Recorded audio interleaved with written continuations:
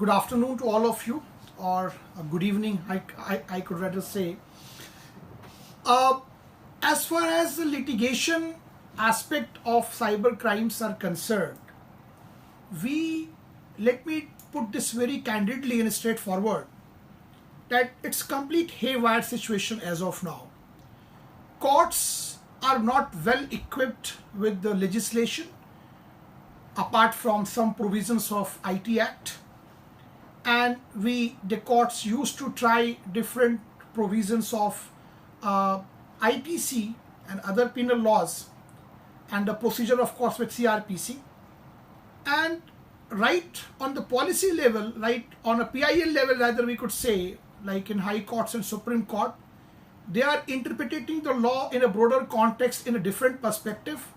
But ultimately the trial court, which will try this all type of cases, do not have an exact idea, and every court is taking the things at their own. We are facing these challenges, and being a trial lawyer myself and doing some cases related to cyber crime, especially originating from social media, we are trying to harmonize various provisions of law to convince to the court that what the challenges are and what remedy we are looking for as a party in that litigation.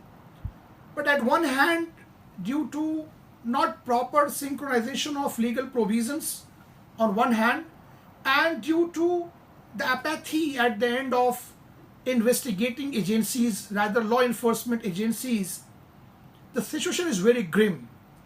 If I give you a very short illustration, which is a very common these days, everybody must be aware of any of his friend, relative, or from family about the ATM card misuse. Let's, like in an online transaction by credit card or debit card. You go and file a complaint before police. First of all, police will bluntly refuse filing the complaint, right? Even if you are successful in persuading the police, or by filing a representation under 154(3) of CRPC, or by filing 156(3) a complaint before court and the court directs, the investigation is not leading towards any end. I was just taking up a matter. I was just doing a matter with a very senior bank official himself, retired senior citizen also, and retired from a post of a chief general manager. He was defrauded with around 70 lakh rupees of its all gratuity and all that. And we have to run from pillar to post. Matter has been FIR has been lodged. 2 years down the line, there is no development. Police is saying that they don't have, my economic offense wing of Delhi police, they are saying that they are unable to trace it. So there are a lot of challenges from the courts, from the litigation perspective.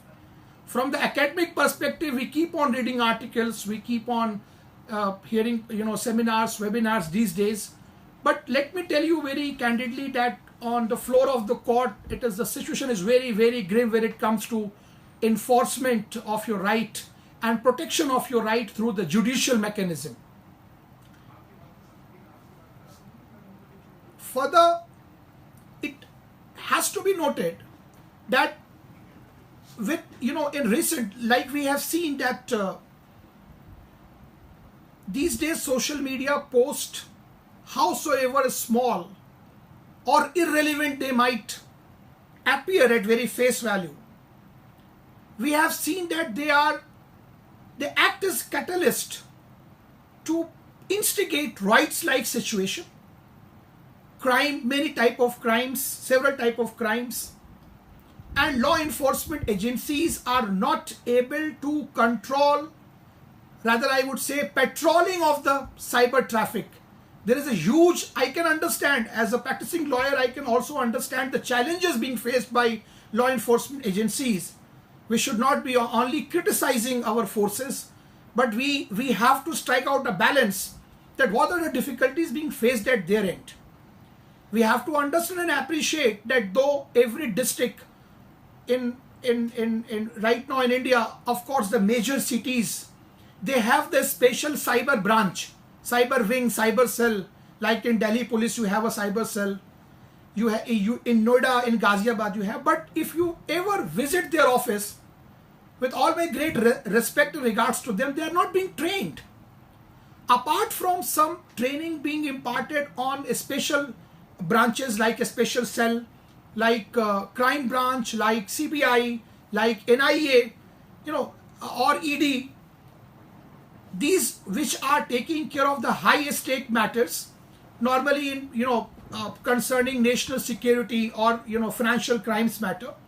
But for petty things, small things, which for government or law enforcement agency it might be a very small thing, but God forbid if any one of us is being defrauded with his or her hard-earned money, and then he has or she has to run from pillar to post for justice, and at end of the day, if we do not get that justice, then we can understand the pain and agony, right? Problem is that apart from the financial aspect, like I was going through the topic, and it is of course very good, and I must congratulate the organizers for bringing all these people together, including me, so that we could share the ideas and discussions that what is actually needed and what could be the probable solution. See, if we identify the problem into four broader perspective, just for the sake of discussion, we have from the law enforcement agencies perspective, we have to see from a strength, weakness, opportunities and threats. I was going through one article being published in Indian Police Journal, wherein a reputed police officer of our force has outlined the challenges from the practical purposes. Now, we have to see that there is a crime like human trafficking, like arms and drugs trading, impersonation, phishing, identity threat, cyber stalking, bullying, online harassment. Like we have also, we on daily basis on social media, like in Facebook or Twitter, we keep on saying advertisement for the sale of the restricted or prohibited items like contraband items. We have seen posts which tends to instigate feelings of hatred, for organizing terrorist activities, for waging war against the nation, selection of targets of victims, social engineering type of things, apart, though it could be a positive or negative both sides. Spreading fake and hate news is a very, very common thing these days. Frauds, libels, defamations, hacking, and even a very unfortunate part that we are saying that sex offenses are being also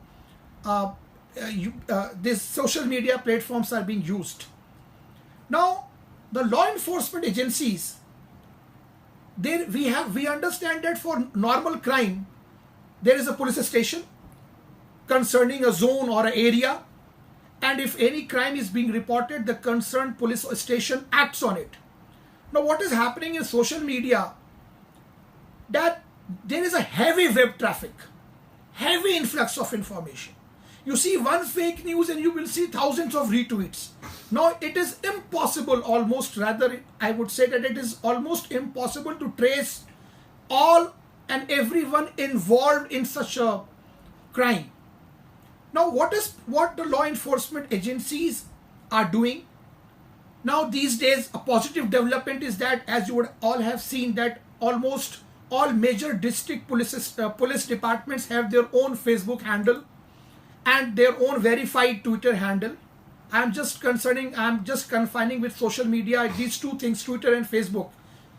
Now, you would have seen that even in this lockdown, after Janta curfew, there were multiple people, although with some verified handles, who were peddling fake news.